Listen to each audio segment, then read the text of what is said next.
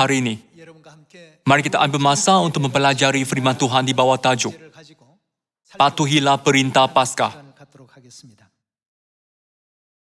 Banyak orang membaca Alkitab. Bukankah Alkitab dianggap sebagai buku yang terlaris di dunia? Banyak orang membaca Alkitab untuk menemui dan mencari takdir penyelamatan Tuhan yang terkandung dalamnya. Walaupun mereka membaca, mereka tidak memahami kehendak Tuhan yang sebenar. Dengan kebijaksanaan dan pengertian manusia, itu adalah mustahil untuk mencari jalan keselamatan yang disediakan oleh Tuhan. Walaupun melihat, mereka tidak melihat. Walaupun mendengar, mereka tidak mendengar atau mengerti. Dulu kita tidak dapat memahami walaupun kita membaca Alkitab sebanyak 100 atau 1000 kali. Sehingga Tuhan datang menjelaskannya. Firman Tuhan betul-betul menakjubkan. Sebelum Anda menerima kebenaran, Anda mungkin tidak faham mengapa kisah Taman Eden tertulis dalam Alkitab. Kerana semua 66 buah buku Alkitab ditulis menurut kehendak Tuhan yang misteri. Dalam buku 2 Petrus bab 3 tertulis bahawa mentafsirkan Alkitab sesuka hati dan memurtabelikannya akan mendatangkan kebinasaan. Jadi atas segala sesuatu, jika kita tidak tahu sejelasnya siapa ialah penyelamat yang datang ke bumi ini,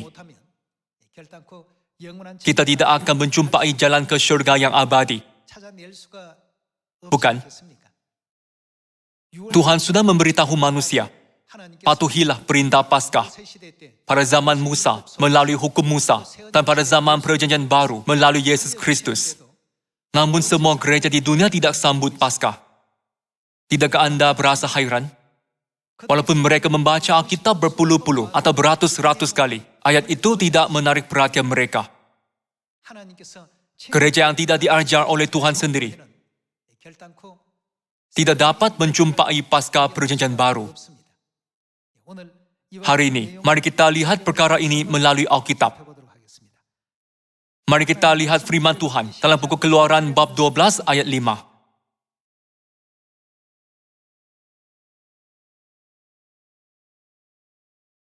Anak dombamu itu harus jantan, tidak bercela, berumur setahun. Kamu boleh ambil domba atau kambing. Kamu harus mengurungnya sampai hari yang ke-14 bulan ini. Lalu seluruh jemaah Israel yang berkumpul harus menyembelihnya pada waktu senja. Kemudian dari darahnya haruslah diambil sedikit dan dibubuhkan pada kedua tiang pintu dan pada ambang atas. Dagingnya harus dimakan mereka pada malam itu juga. Janganlah kamu memakannya mentah atau direbus dalam air, hanya dipanggang di api. Janganlah kamu tinggalkan apa-apa dari daging itu sampai pagi. Buru-burulah kamu memakannya. Itulah apa? Paskah bagi Tuhan. Sebab pada malam ini, aku akan menjalani tanah Mesir, dan semua anak sulung, dari anak manusia sampai anak binatang, akan kubunuh. Dan kepada semua Tuhan di Mesir, akan kujatuhkan hukuman.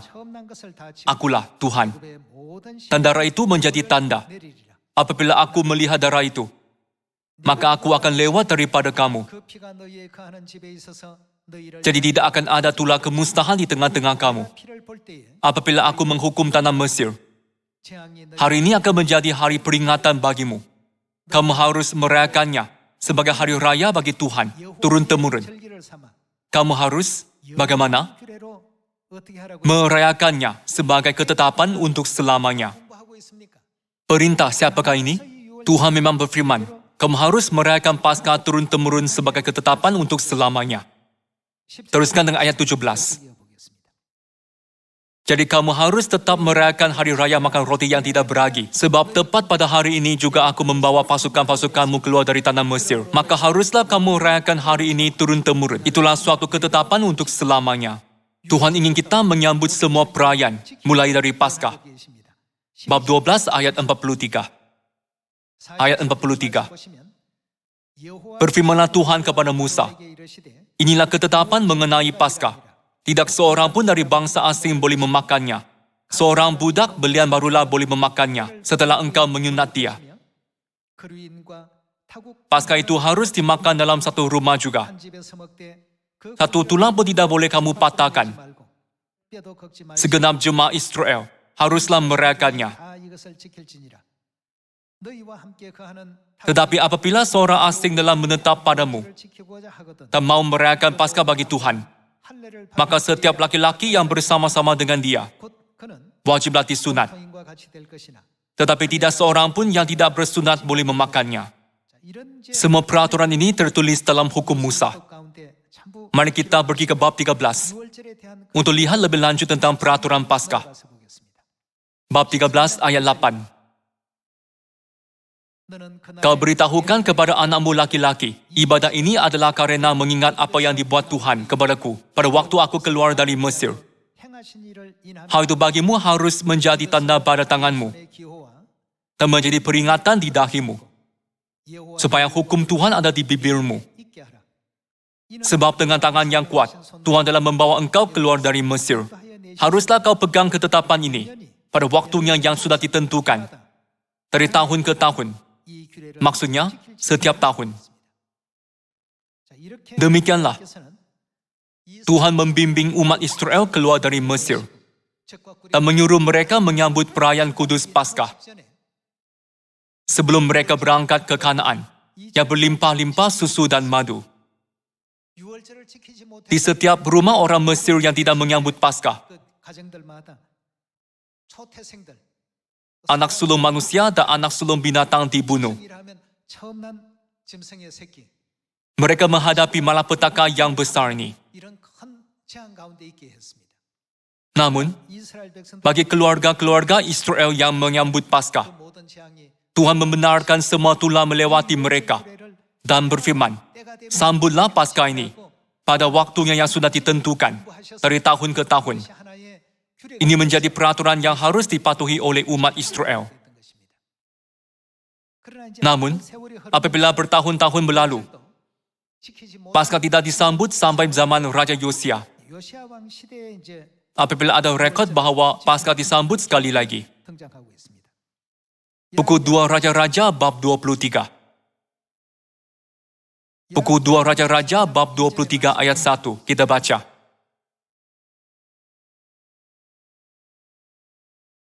Sesudah itu Raja menyuruh orang mengumpulkan semua tua-tua Yehuda dan Yerusalem. Kemudian pergilah Raja ke rumah Tuhan dan bersama-sama dia semua orang Yehuda dan semua penduduk Yerusalem, para imam, para nabi, dan seluruh orang awam, dari yang kecil sampai yang besar.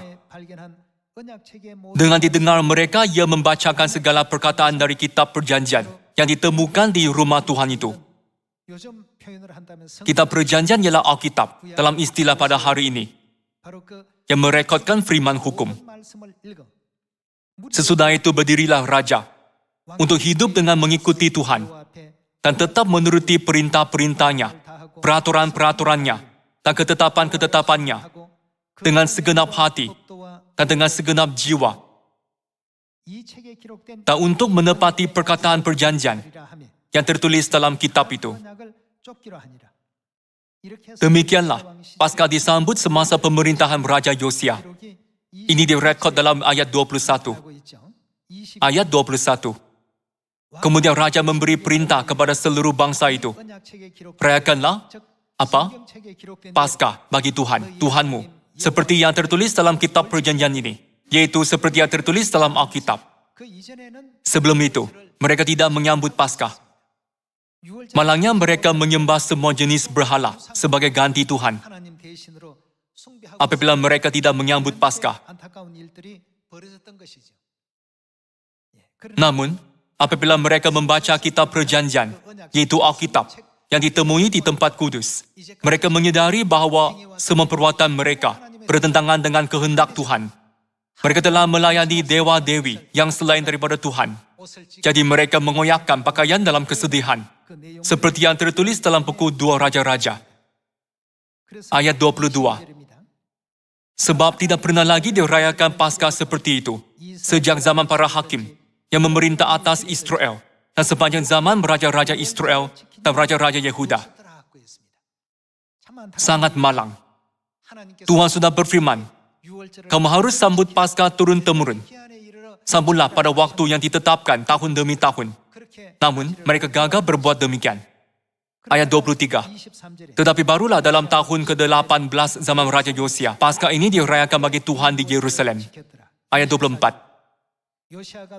Para pemanggil arwah, berhala-berhala, dan segala dewa kejijikan yang terlihat di tanah Yehuda dan di Yerusalem dihapuskan oleh Yosia dengan maksud mendepati perkataan Taurat yang tertulis dalam kitab yang telah didapati oleh iman Hilkiah di rumah Tuhan.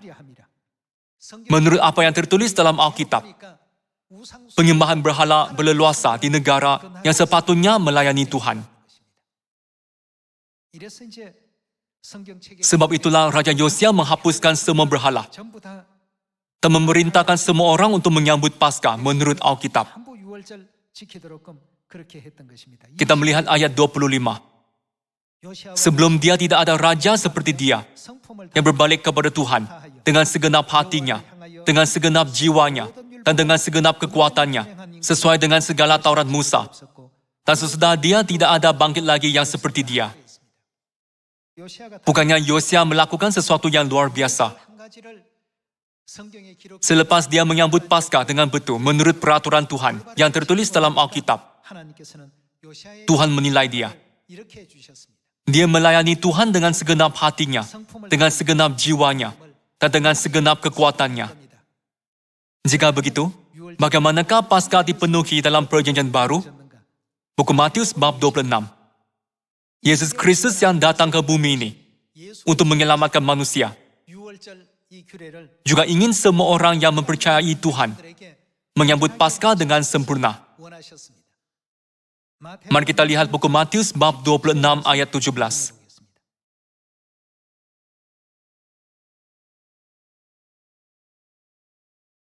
Datanglah murid-murid Yesus kepadanya dan berkata, di mana engkau kehendaki kami mempersiapkan perjamuan Paskah bagimu?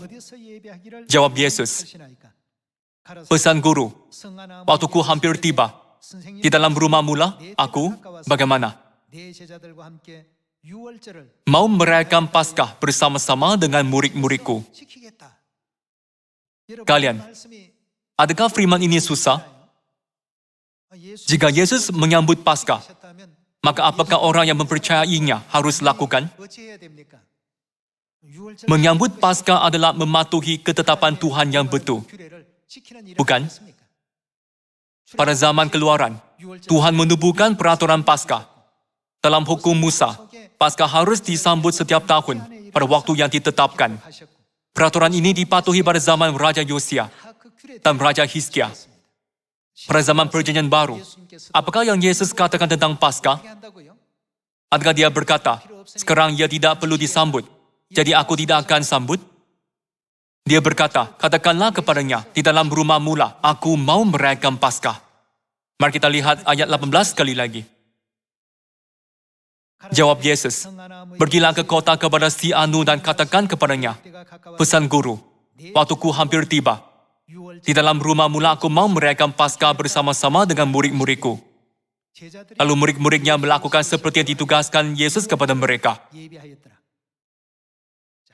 Mari kita lihat bagaimana Yesus menyambut Paskah. Kita pergi ke ayat 26. Dan ketika mereka sedang makan, Yesus mengambil roti dan berkata, ambillah, makanlah. Inilah apa? Tubuhku. Sesudah itu ia mengambil cawan dan berkata, minumlah kamu semua dari cawan ini.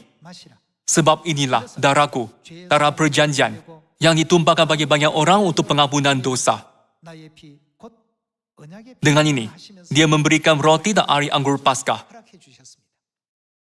Mengapakah domba atau kambing Paskah dalam Perjanjian Lama digantikan dengan roti dan ari anggur Paskah yang melambangkan daging dan darah Yesus dalam Perjanjian Baru?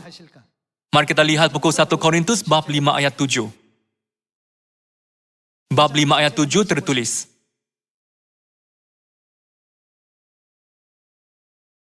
buanglah ragi yang lama itu, supaya kamu menjadi adonan yang baru. Sebab Apa jenis anak domba? Anak domba Paskah kita juga telah disembelih. Yaitu siapa? Kristus. Yesus datang ke bumi ini sebagai realiti anak domba Paskah. Jadi, dalam perjanjian baru, Yesus Kristus menubuhkan suatu perjanjian untuk menyambut Paskah dengan daging dan darahnya. Karena dia datang sebagai anak domba Paskah.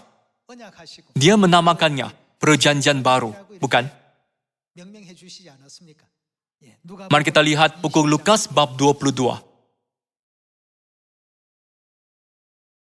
Buku Lukas bab 22 ayat 7.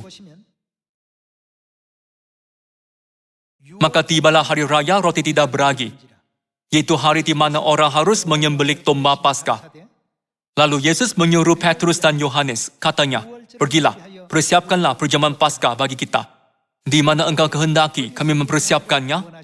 Jawabnya, "Kamu akan bertemu dengan seorang yang membawa kendi berisi air. Ikutilah dia ke dalam rumah yang dimasukinya. Dan katakanlah kepada tuan rumah itu, Guru bertanya kepadamu, di manakah ruangan tempat aku bersama-sama dengan murid-muridku akan makan Paskah?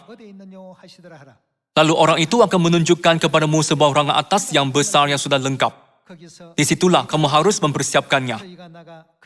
Maka berangkatlah mereka. Lalu mereka mempersiapkan Paskah. Sini juga, Yesus menghantar Petrus dan Yohanes untuk mempersiapkan Paskah. Murid-murid mempersiapkan Paskah seperti arahan. Mari kita lihat babak mereka makan Paskah. Dalam perjanjian lama, anak domba Paskah fisikal disembelih. Namun, Yesus Kristus datang sebagai anak domba Paskah rohani dalam perjanjian baru dan memberikan peraturan untuk makan daging dan darahnya. Ayat 19 tertulis, "Lalu ia mengambil roti, katanya, 'Inilah tubuhku yang diserahkan bagi kamu. Perbuatlah ini menjadi peringatan akan aku.' Demikian juga dibuatnya dengan cawan sesudah makan. Apakah yang dalam cawan ini? Air anggur Paskah. Ia berkata, cawan ini adalah apa?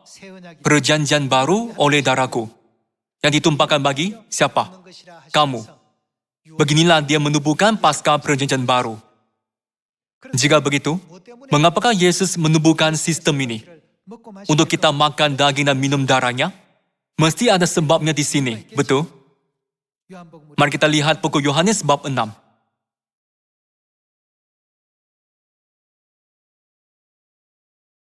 Buku Yohanes bab 6 ayat 53. Maka kata Yesus,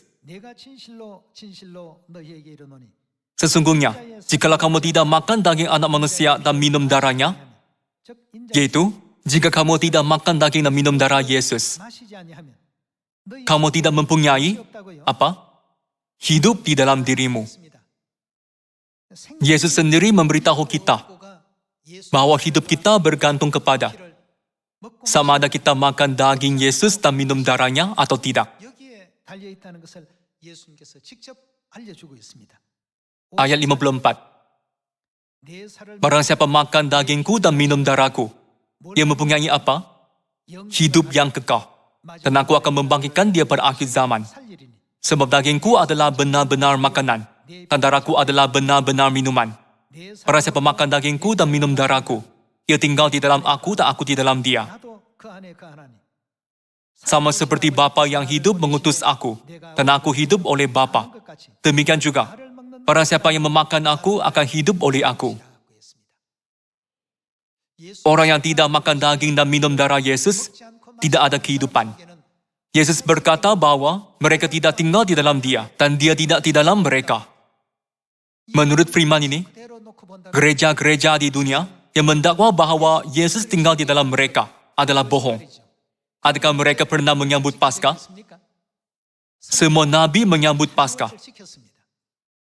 Yesus memerintahkan Petrus dan Yohanes untuk menyambut Paskah. Ini memang direkodkan dalam Alkitab. Tetapi mereka gagal mengenali ini secara rohani. Walaupun keempat-empat buku Injil tertulis bahwa ia dilakukan menurut kehendak Yesus, mereka masih menyangka dan menafikan kebenaran. Jadi, bagaimanakah Tuhan dapat tinggal di dalam mereka? Yesus berkata bahwa inilah satu-satunya jalan untuk dia tinggal di dalam kita. dan kita di dalam Dia. Tidak ada jalan lain lagi. Dalam buku Matius bab 26, Yesus memanggil roti Paskah dan ari anggur Paskah sebagai apa? Katanya, inilah dagingku, inilah darahku, bukan? Apakah peraturan dan kebenaran yang ditubuhkan Tuhan tentang daging dan darahnya? Tuhan menetapkan kebenaran ini melalui peraturan yang dikenali sebagai Paskah.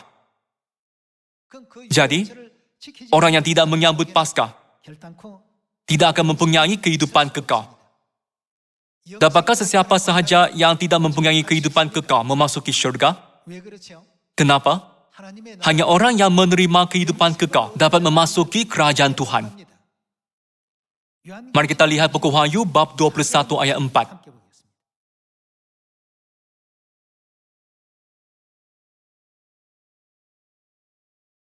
Dan Ia akan menghapus segala air mata dari mata mereka. Tak apa tidak akan ada lagi? Mau tidak akan ada lagi? Tidak akan ada lagi perkabungan, atau ratap tangis, atau duka cita. Sebab segala sesuatu yang lama itu telah berlalu. Ia yang duduk di atas takhta itu berkata, lihatlah, aku menjadikan segala sesuatu baru.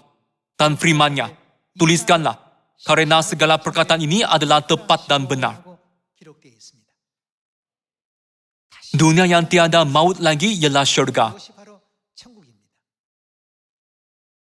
Melalui Paskah Perjanjian Baru, kemanakah orang yang dijanjikan kehidupan kekal akan pergi? Mereka akan pergi ke syurga yang kekal.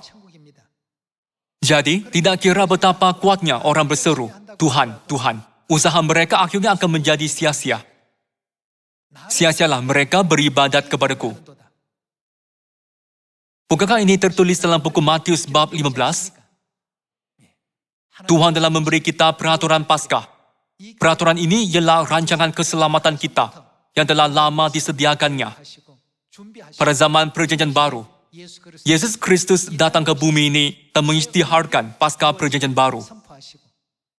Ini semua demi keselamatan kamu.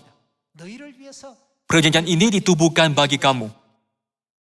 Jadi, adakah kita tidak perlu menyambut Paskah Perjanjian Baru?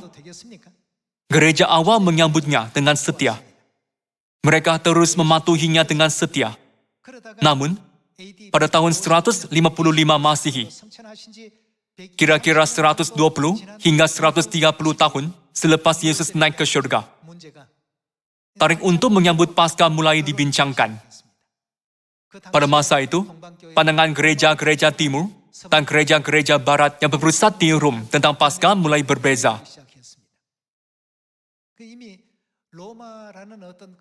Rom yang sudah menjadi tempat banyak agama lain berkumpul, dikuasai oleh Mitraisme, yaitu agama yang menyembah dewa matahari. Pengaruh seperti itu mulai menjarah ke dalam gereja secara rahsia. Akhirnya, hari Sabat dimansuhkan dan ibadah hari Ahad diciptakan. Kemudian, Paskah dimansuhkan. Sekitar tahun 197 Masehi, kontroversi kedua tentang Paskah dibangkitkan. Namun, gereja-gereja timur berkata, kita tidak boleh mengubah tarikh Paskah yang dipatuhi oleh Yesus dan para rasul sesuka hati. Kami akan terus menyambut Paskah pada tarikh itu. Dengan ini, mereka tidak dapat dipujuk sampai pada tahun 197 Masehi juga. Namun pada tahun 325 Masehi, Maharaja Konstantin dan Gereja Roman Katolik bergabung dan memansuhkan Paskah yang disambut pada hari ke-15 bulan Nisan di Majelis Agama. Dengan berkata, bukankah kebangkitan Yesus Kristus lebih besar? Mereka mengalihkan fokus pada hari kebangkitan. Jadi, sambutan Paskah pada hari ke-14 bulan Nisan pun lenyap dari bumi. Paskah terus disambut selama kira-kira 300 tahun selepas Yesus. Namun, kini tiada gereja yang menyambut Paskah. Bolehkah kita berkata bahwa mereka mengikut kehendak Tuhan? Mereka mengikut perintah Maharaja Konstantin, bukan perintah Tuhan. Untuk menjadi Maharaja Rom, Seseorang perlu menjadi imam besar agama Dewa Matahari. Dalam arti kata lain, mereka masih mengikut ajaran pemimpin agama Dewa Matahari. Sebab itulah, mereka menerima ibadah hari Ahad yang menghormati Dewa Matahari dan Christmas yang menyambut kelahiran Dewa Matahari. Apabila kita melihat banyak perkara yang melambangkan Dewa Matahari, gereja-gereja hari ini memang tidak melayani Tuhan. Sebuah gereja tidak boleh menjadi gereja hanya dengan bernama gereja.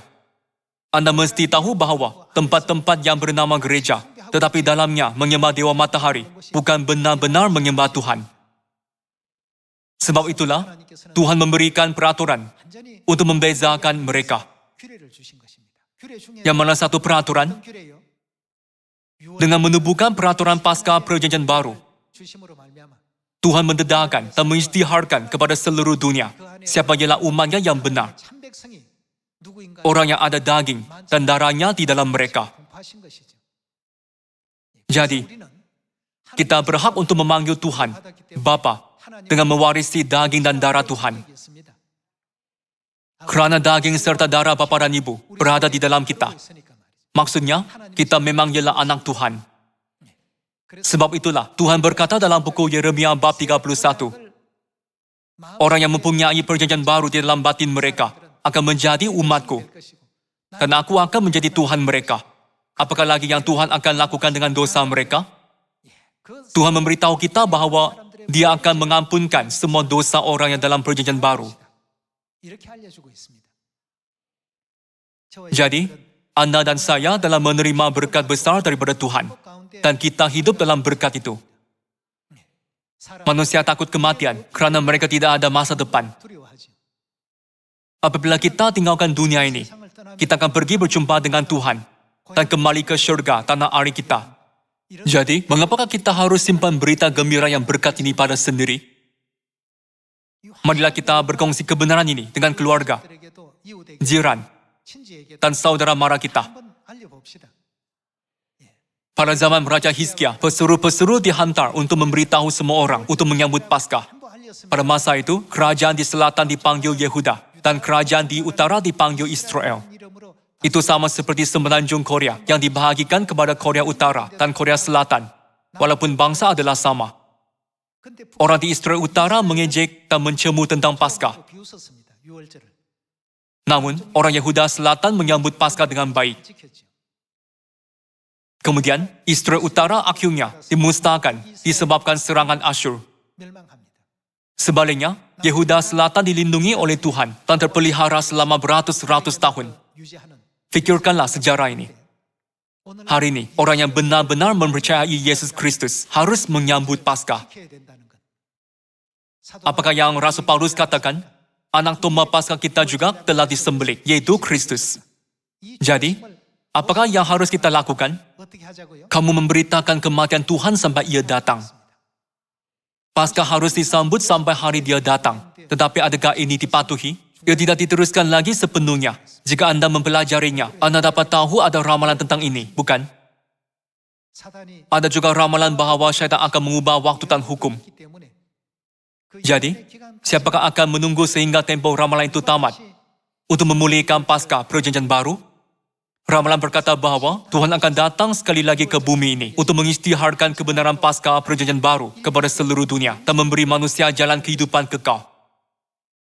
Kalian, kita ialah anak Tuhan yang ditakdirkan untuk menerima kehidupan kekal. Tolonglah jangan hilang keyakinan dan menjadi anak syurgawi yang akan menikmati berkat kekal di syurga. Marilah kita berkongsi berita ini dengan orang di sekeliling. Sama ada mereka dengar atau tidak. Kehendak Bapa dan Ibu adalah kita menyampaikan mesej ini. Jadi, saya ingin minta bantuan Anda. Paskah betul-betul ialah satu ketetapan yang dipimpin oleh Tuhan selama beribu-ribu tahun demi keselamatan kita. Jadi kita tidak boleh menganggapnya tidak bernilai. Jika Tuhan menganggap Paskah begitu penting, kita harus mempersiapkan Paskah agar kita dapat mempersembahkan upacara ibadah kepada Tuhan dengan kudus dan soleh. Semoga Anda dirahmati firman hari ini. Sekian, terima kasih.